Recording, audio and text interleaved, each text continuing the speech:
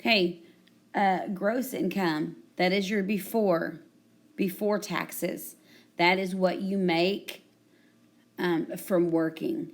That is the amount you were supposed to be paid. But then they come in and they have to take out your payroll and income taxes. So net is what you make after taxes. Your net income is how much you make after you've paid your taxes.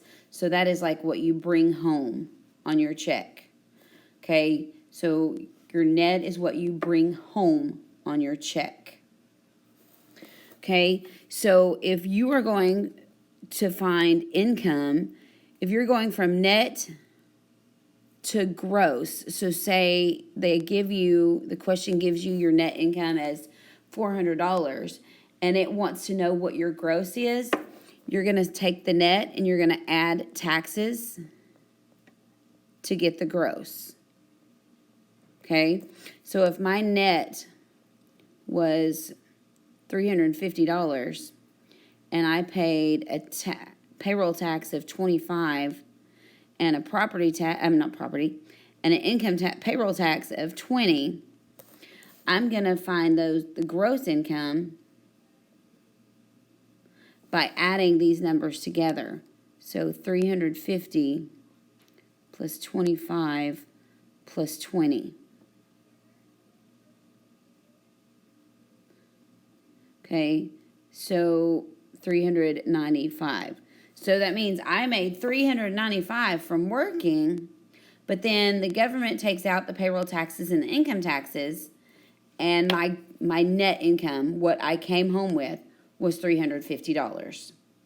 Okay, so to know what your net is, and you're going to try to find the gross, you add everything. If you know the gross and you're looking for the net, you're going to subtract. Okay, so say that I got my my new job and it says that I'm going to make $10 an hour. I'm going to make $10 an hour and I'm going to work 20 hours. That means I'm going to make $200, right? That would be my gross. But then the federal government comes in and says, nope, you got to pay some taxes. So say I'm going to pay $20 in payroll and $20 in income tax, and I want to know what my net income is. So I need to know, how much am I going to actually make on my check? Well, to get from gross to net, you subtract. So bring down the zeros. 0 minus 2 minus 2, I can't do, so I have to borrow. That's 10. 10 minus 2 is 8. 8 minus 2 is 6.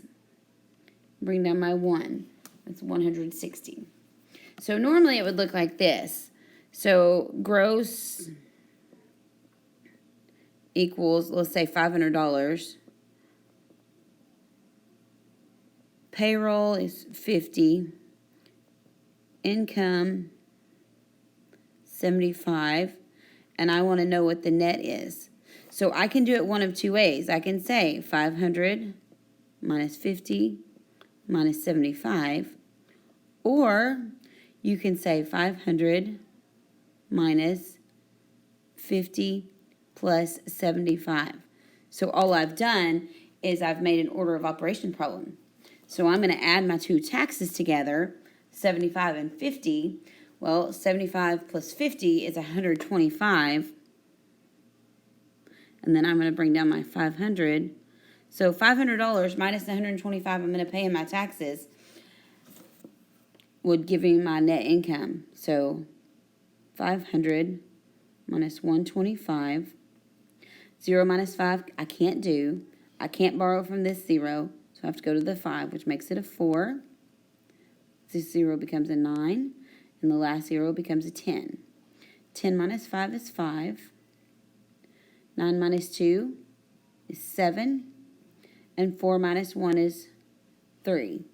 So that's $375 would be my net income. That's what I would actually bring home after taxes. Okay, so when you're thinking about a couple of the questions, if it gives you the net income and it wants to know how to find the gross, you're adding everything. If it gives you the gross income and it wants you to find the net, then you're subtracting. Okay? So net to gross, add.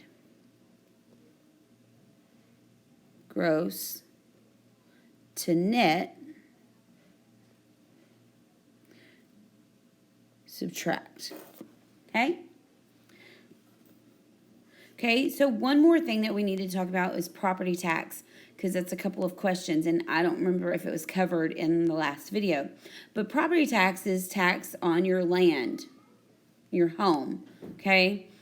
If you add anything to your land, such as a pool or some kind of building, you are increasing your property value, which means your taxes are going to go up, okay? Anything that increases the value of your land or changes the face of your land, you are having to pay property taxes on that, which means it increases the value of your land. Okay? So just pay attention to read those questions carefully.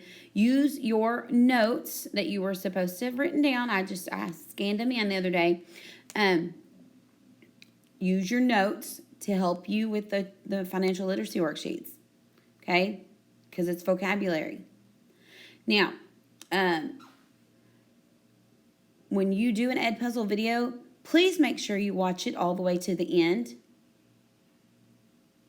If you don't watch it all the way to the end, it tells me that it is not complete. Therefore, it tells me that you have not done the work. Okay? And if you're not doing the work, you don't get the credit. Also, when you're doing a live worksheet, you have to fill in the answers. After you fill in the answers, you have to hit finish. Then you have to click the tab that says email to teacher. It gives you two options, grade it now or email it to a teacher. You need to click email to the teacher. When you email it to the teacher, you're going to put your name, grade, which is 5, class, which is math, and then you're going to put in my email address. And I've sent it to you every single time. It's RACHELLK at GOBEARSGO.net. Rochelle K at GoBearsGo.net. Okay, guys, I need those papers. Those are your grades. Those of you who are just submitting are getting zeros because there's no assignment attached.